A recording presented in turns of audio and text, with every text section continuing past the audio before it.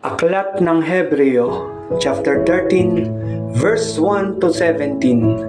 Paglilingkod na nakalulugod sa Diyos. Magpatuloy kayong nag-iibigan bilang magkakapatid kay Kristo. Huwag ninyong kaligtaan ang pagpapatuloy sa mga taga-ibang bayan. May ilang gumawa nito at nakapagpatuloy sila ng mga anghel nang di nila nalalaman. Damayan ninyo ang mga nabibilanggo na parang kayo'y nakabilangguring kasama nila. Gayon din ang mga pinagmamalupitan, sapagkat maaaring kayo may dumanas din ng gayon. Dapat igalang ng lahat ang pag-aasawa at maging tapat sa isa't isa ang mag-asawa, sapagkat hahatulan ng Diyos ang mga nakikiapid at mga nangangalunya. Huwag kayong magmukhang salapi, masiyahan na kayo sa anumang nasa inyo, sapagkat sinabi ng Diyos, hindi kita iiwan ni pababayaan man. Walang pag-aagam-agam na masasabi natin, ang Panginoon ang tumutulong sa akin, hindi ako matatakot. Ano ang magagawa sa akin ng tao? Alalahanin ninyo ang mga nangangasiwa sa inyo, na nagpahayag sa inyo ng salita ng Diyos. Isipin nga ninyo kung paano sila namuhay at namatay, at tularan ninyo ang kanilang pananalig sa Diyos. Si Jesucristo nung nakaraan ay siya rin sa kasalukuyan, at siya rin magpakailanman. Huwag kayong patangay sa sari-sari at kakaibang turo.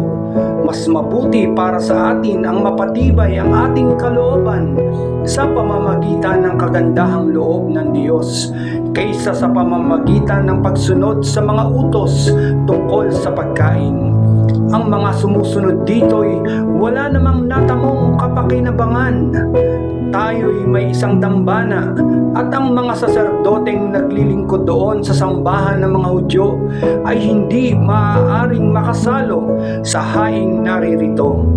Ang dugo ng mga hayop ay dinadala ng dakilang saserdote doon sa dakong kabanal-banalan upang ihandog bilang hain dahil sa kasalanan.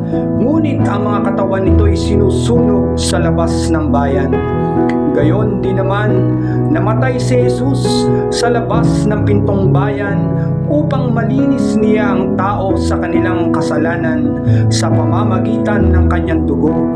Kaya't pumunta tayo sa kanya sa labas ng bayan at magbata rin ng kadustahang kanyang tiniis, sapagkat hindi rito sa lupa ang palagiang bayan natin, at ang hinahanap natin ang bayang masusumpungan sa panahong darating.